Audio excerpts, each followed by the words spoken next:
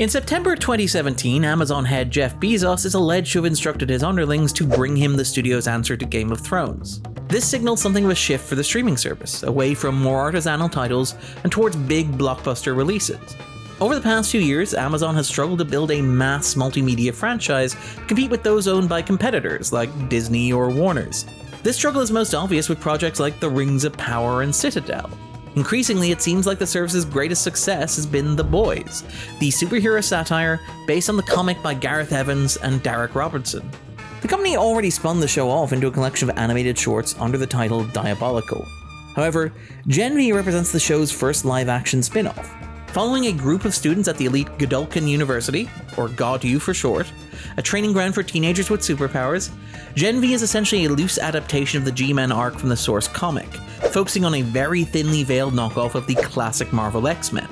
From the outset, there's a sharp shift in tone between The Boys and Gen V.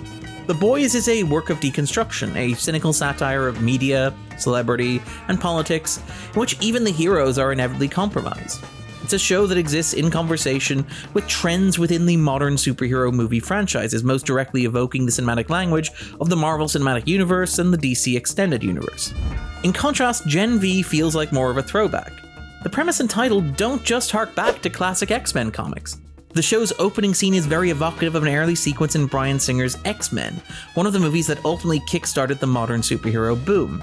And that continues later into the show, which often quotes directly from Fox's movies. Even the show's characters evoke familiar X-Men archetypes, like Magneto or Emma Frost, and even relatively deep cuts like the mutant empath. Gen V inherits a lot of its production value and basic craft from The Boys. The writing staff know how to structure individual episodes of television, which gives the show an advantage over many of its streaming contemporaries. Each of the episodes is built around a shocking visual or plot twist, one designed to go viral or be mimetic. The series looks expensive, and the season is saturated with cameos and references to The Boys that affirms that these shows take place in the same universe. That said, there is a sharp tonal difference between the two shows. While Gen V retains the same cynicism about media and celebrity culture as The Boys, its characters are drawn in much starker terms. Its teenage protagonists are all framed as sympathetic and earnest, fundamentally decent people. The show is never really ambivalent about its core cast in the same way that The Boys can be skeptical of characters like Billy Butcher or Huey Campbell. In this sense, the 8-episode first season of Gen V feels like a much more traditional superhero narrative, following a young woman named Marie Moreau who finds herself in the midst of a shocking tragedy at her university that leads to a vast and sinister conspiracy. Watching Gen V, it's always clear who the audience should be rooting for.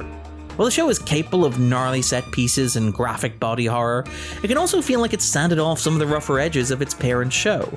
Then again, perhaps this was necessary. There is something inherently perverse in the idea of turning The Boys into a mega franchise. After all, The Boys is about many things, including the all-consuming horror of superhero multimedia franchises controlled by monstrous faceless corporations. At times, Gen V feels like the kind of show that Vaughn International would produce to showcase its brand, to expand its core demographics, and to service those key verticals. You smell that? What is that? A cologne? Opportunity. No, money. Okay. I smell money. Okay. This is perhaps unfair. Gen V is good, clean superhero fun. It's well produced, competently written, and it demonstrates a clear love for the superhero genre. It might not excel in its field, but it achieves a more than passing grade. I've been Darren Mooney, and this was In the Frame.